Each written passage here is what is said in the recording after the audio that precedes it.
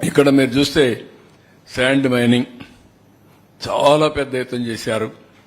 మొత్తం పర్యావరణం ఈరోజు కూడా సుప్రీంకోర్టు చాలా కోప్పడి మళ్లీ ఆగస్టు 2కి పోస్ట్ చేసే పరిస్థితికి వచ్చారు. దీంట్లోనే 7,000 కోట్లు ఇంకా డబ్బులు కూడా ఎగ్గొట్టే పరిస్థితికి వచ్చారు. ఇంకొక పక్కన వైలేషన్స్, ఎన్విరాన్మెంట్ రెగ్యులేషన్స్ మొత్తం కూడా sand mining in reverse using heavy machinery వాడకూడదు.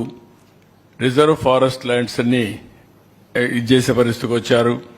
Expired lease old dumps and యూనివర్సిటీలో కూడా ఆపరేట్ చేసే పరిస్థితికి వచ్చారు. అదే మరిగా ప్రైవేటు కూడా అప్పచెప్పే పరిస్థితి వచ్చారు. అవి కూడా మేము స్టడీ చేస్తున్నాం. ఎంతవరకు లాభమా నష్టమా ఏం చేశారని అవి కూడా స్టడీ చేసి ఫైనల్ డెసిషన్ తీసుకుంటాం.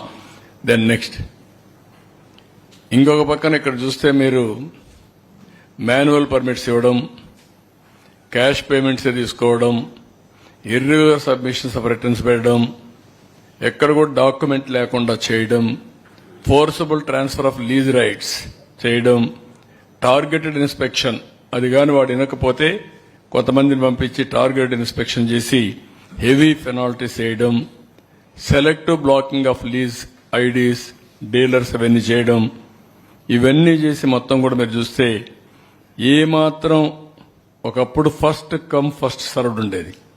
ఇక్కడ మైనింగ్ ఉందంటే ఫస్ట్ అప్లికేషన్ పెడితే వాళ్ళకి ఇచ్చేవాళ్ళు. అవన్నీ వైలేట్ చేసేసారు.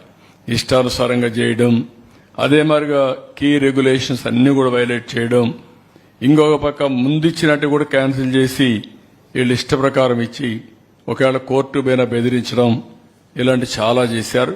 ఇవన్నిటి వల్ల 9,750 కోట్ల రూపాయలు మినరల్ రెవెన్యూ నష్టం వచ్చిందని ఒక ఎస్టిమేట్ చేశాం. ఇది మల్టీఫోల్డ్ ఉంటుంది. ఇంతేకాదు నెక్స్ట్ అంత మునుపైతే శాండ్ పాలసీ 2016లో ఫ్రీ పాలసీ ఉండేది, ఫ్రీ శాండ్ ఉండేది. ఆ రోజు కూడా ఇంప్రూవ్డ్ మొత్తం అవైలబిలిటీ చాలా బాగుండేది. Is of access to consumers ఉండేది. ఇంకో పక్క అఫోర్డబుల్ ప్రైస్ ఉండేటివి. కన్స్ట్రక్షన్ ఈజీగా అయ్యేది. కన్స్ట్రక్షన్ ఇండస్ట్రీకి ఒక బూస్ట్ ఉండేది. చాలా సిస్టమేటిక్ గా చేసాం అప్పుడు. నెక్స్ట్